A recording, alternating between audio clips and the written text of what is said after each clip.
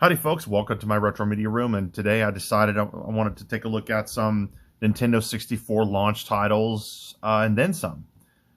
To start with, we got Super Mario 64 here, which is of course what really rocked people's worlds back when this first came out for most people, and still it's considered one of the greatest Marios ever made, of course, and revolutionized 3D platforming and 3D adventure feeling, the types of games. So it was a very big deal when it came out.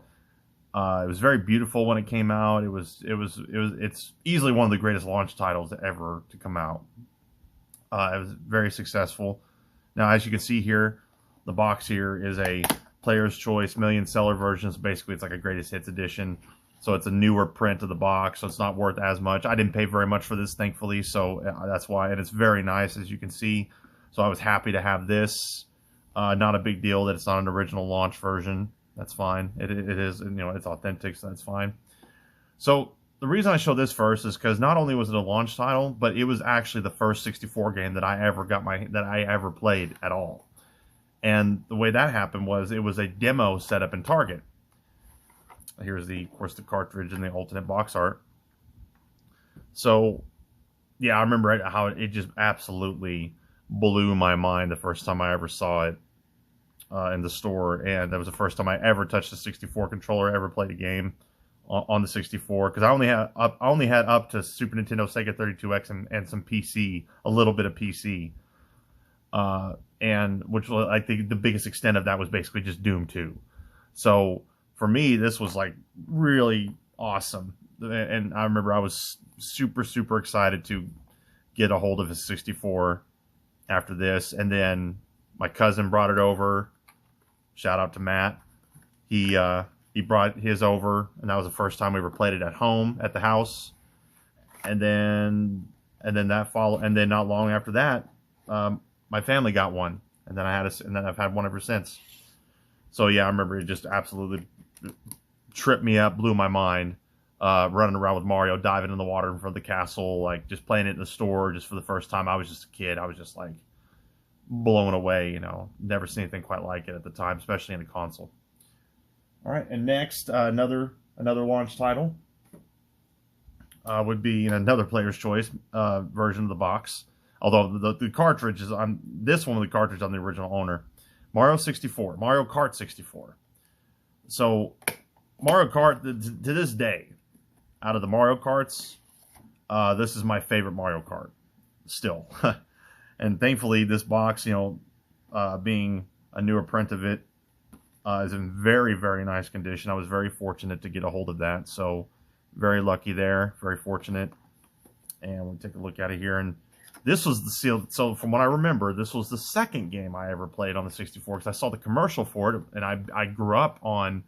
I've been playing Mario Kart on the Super Nintendo for a long time and loved it. And then saw it was coming out. A new one was basically, this is basically the sequel coming out. Very iconic, very nostalgic cover art for the cartridge there. It's I always like when the cartridges in the boxes have different box arts.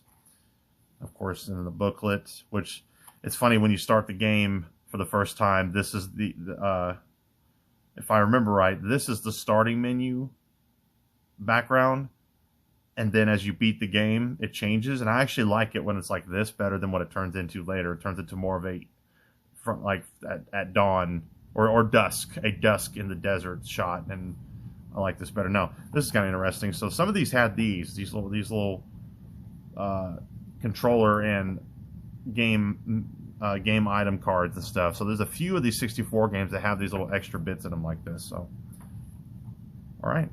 So yeah, so this, I remember when I played it in the store, and it was just like Mario 64. I was just absolutely blown away, and it blew my mind.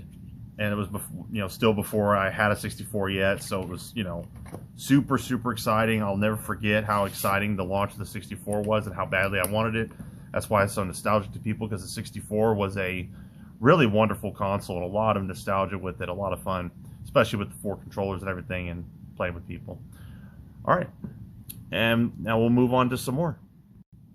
All right, now our next title here, looking at Tac Dinosaur Hunter, another launch title. So the thing with Turok, and why I have this, our third one here. So this was when we finally got a 64. It was the summer of '97, and my brothers.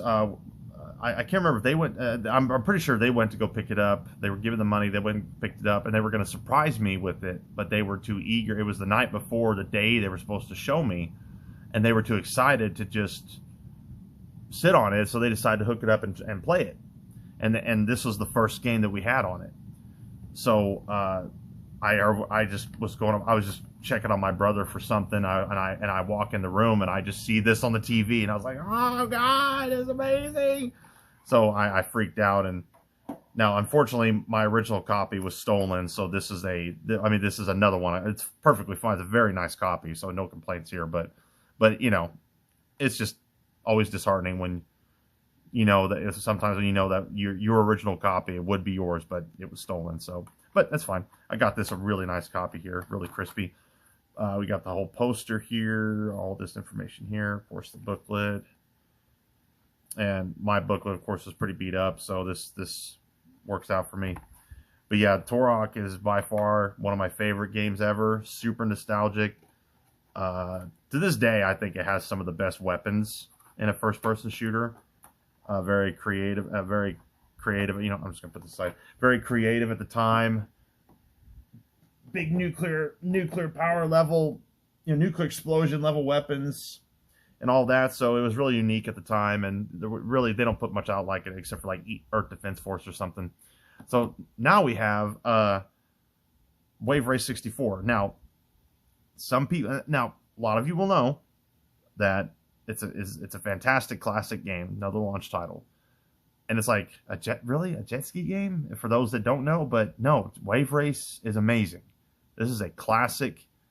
It has beautiful water in the game, and to this day, it looks good. It still looks good. I mean, all these look good, to be honest. I love the look of 64 games. But Wave Race, though, is just so replayable, so fun to play in split screen racing co-op. The controls are great. It's actually one of the few games where, you know, when you're sitting there with the controls, you're not wrestling with the joystick. It actually feels natural. And fantastic racing game. I think to this day it's still the best jet ski game you could ever play. There's really not a whole lot. There's really not a lot of jet ski games out there. There's a few, but there's not really. Even the one on the sequel on GameCube was not particularly great. So here's another one of these cards here. So you got the booklet, which has a completely different artwork on it, and that information. Then you got this guy. So that's cool.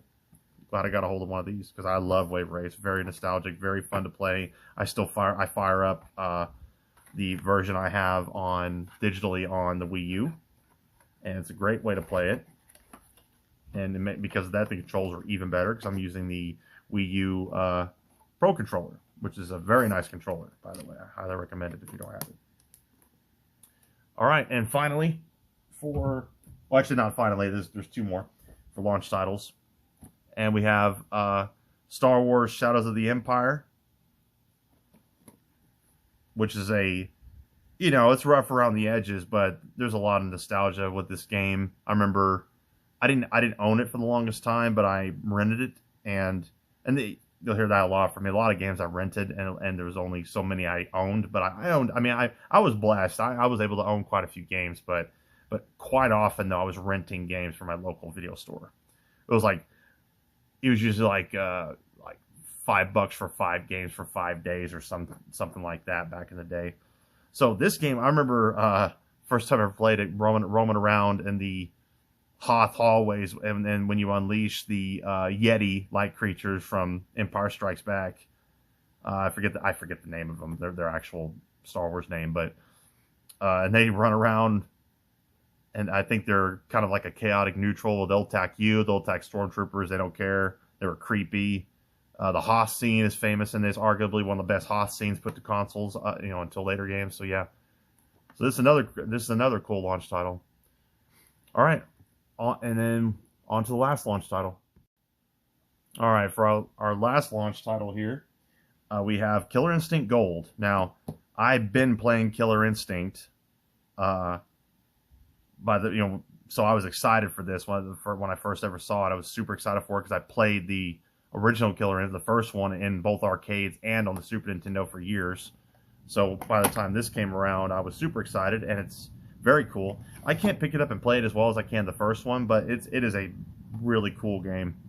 You know, fantastic soundtrack, cool graphics. It's a quite faithful port to the arcade, as good as you could ever ask for at the time. And that was back in Rare's heyday. And this is kind of another one of those where, of course, you got the alternate, yet again, the alternate cartridge. Now, there was a lot of these booklets where they were just kind of like a basic yellow background on the emblem, which I think is fine. I like these. And, you know, basic information. Then you got, here's the quick, which these are convenient. This is a moves guide. So I actually missed these. Like, these are neat to have for fighting games, but you know, it is what it is. You don't see this stuff very much anymore in terms of physical, unless you go out of your way for it, like for deluxe editions and this and that, and then you're spending like, you know, $80 to $120 depending on what you're talking about. So yeah, Killer Instinct is a very cool fighting game. Always loved it. Of course, there's two different ways to play it. There's the arcade port of the original on Xbox, and then there's the rare replay version. That's exactly this version, the 64 version. So there's two versions you can fire up on the Xbox, of both this version and the actual arcade port, and both are great in their own right. All right, and on to some additional games just for fun here. So of course, who can go without mentioning GoldenEye, one of the greatest first-person shooters ever made. Of course, it blew everybody's socks off as a console first-person shooter. The Nintendo, honestly, the Nintendo 64 Xbox icon or Xbox notification, the 64 honestly became the epicenter for console first-person shooters for a while there. Like Sega Saturn, PlayStation, they had some stuff here and there, but really the 64 was where, if you wanted first-person shooter games on consoles, it was the 64. Even the Dreamcast, really, and actually, yeah, the Dreamcast didn't really have that many either, and the controls were always lousy. So the 64 was the best console for first-person shooters until like the PS2 and OG Xbox and GameCube. Like until the rest of that generation after the Dreamcast came along, the 64 was king of first-person shooters on consoles. It is pretty crazy in that regard. So yeah, GoldenEye is absolute classic. Love it to death. It's not perfect, but the way you can play it on both Switch and Xbox currently, it's a good way to play it. There's things about it that are great. There's things about it that wish they could have done a little better. They didn't do nearly as good of a job as they did years ago with the Perfect Dark re-release, which was immaculate, but here's what it is. All right, and another one here that I personally love, the Mario Golf 64. I love this game. It's my favorite golf game of all time. I like golf games, and this is by far my favorite. It's from the creators of Hot Shots Golf, and just an absolute classic. Absolute classic. I'm just going to kind of go through these pretty quickly here, and then of course, as a couple here, obviously you have Ocarina of Time. Could have spent more time on it. Might go into Zelda. Might look at some Zelda games later. If you want me to, let me know in the comments. And WCW NWO Revenge is my favorite wrestling game of all time. This is close to my favorite Zelda game of all time. Link to the Past is my personal favorite, but Ocarina of Time is an absolute masterpiece. Absolute masterpiece. When people argue that it's the greatest 64 game out of the entire library, that this is like the library, that this is the number one on top of the entire library, the 64 library, it's hard to say. I don't argue, because it's an incredible game. All right, and we got one more we're going to look at, and then we'll wrap it up.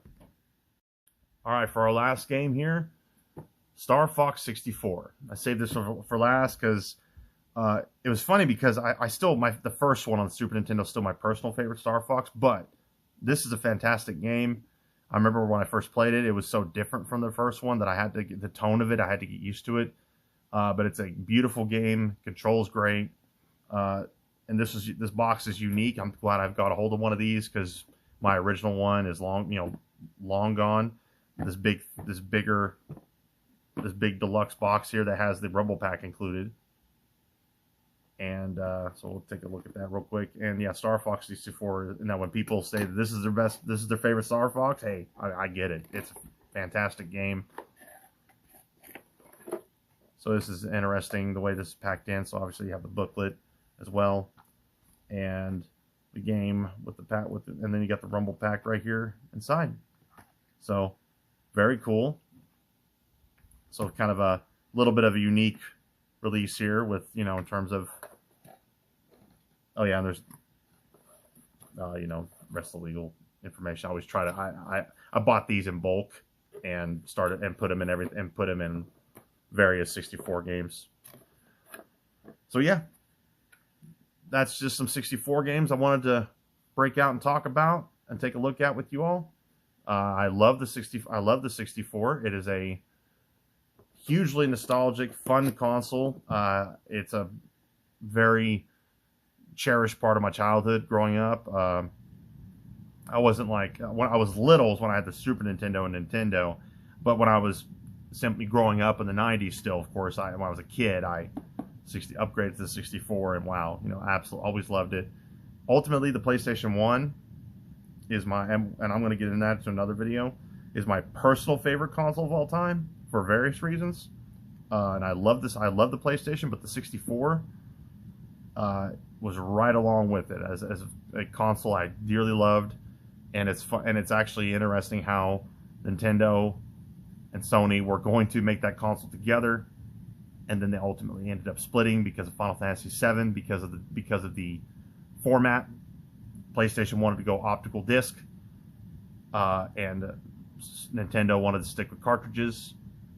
And because Final Fantasy VII was going to require optical discs to be able to tell its big cinematic, full motion video filled story, they knew that it was never going to happen, and so they went with, they bet on themselves at that point and said, well, we're out.